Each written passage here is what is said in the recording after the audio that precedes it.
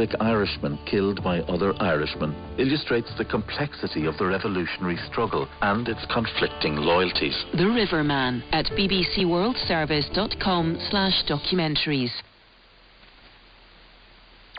This is the BBC World Service. Following the Russian invasion of Ukraine today, we're changing our schedule for continuous coverage of the conflict and reaction from across the world.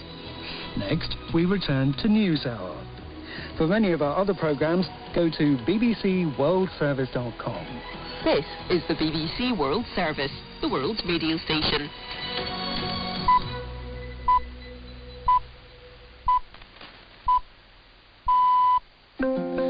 Welcome to NewsHour. It's live from the BBC World Service in London. I'm Tim Franks. Day one of full-scale war against Ukraine. The Russian military pours in across several fronts. The Ukrainian president says Moscow is ripping up the map of Europe. What do we hear today? It's not just rocket explosions, fighting, the roar of aircraft. It's the sound of a new Iron Curtain lowering and closing Russia away from the civilized world. From the West, outrage reaches a new pitch. Putin is the aggressor. Putin chose this war, and now he and his country will bear the consequences. But what can the West do? What is it willing to do to contain, even reverse, the Russian invasion? We'll bring you the latest from across Ukraine, from Russia and from the United States. We'll start with the news.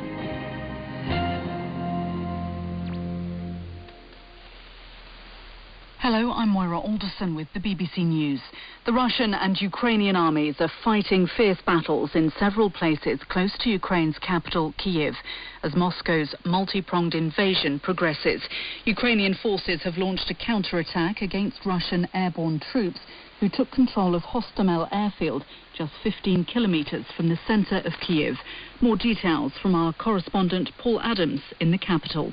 We know that Russian paratroopers are ensconced at an airbase, an airport, and have been there since before light this morning. And they are well established. They've been seen by other journalists.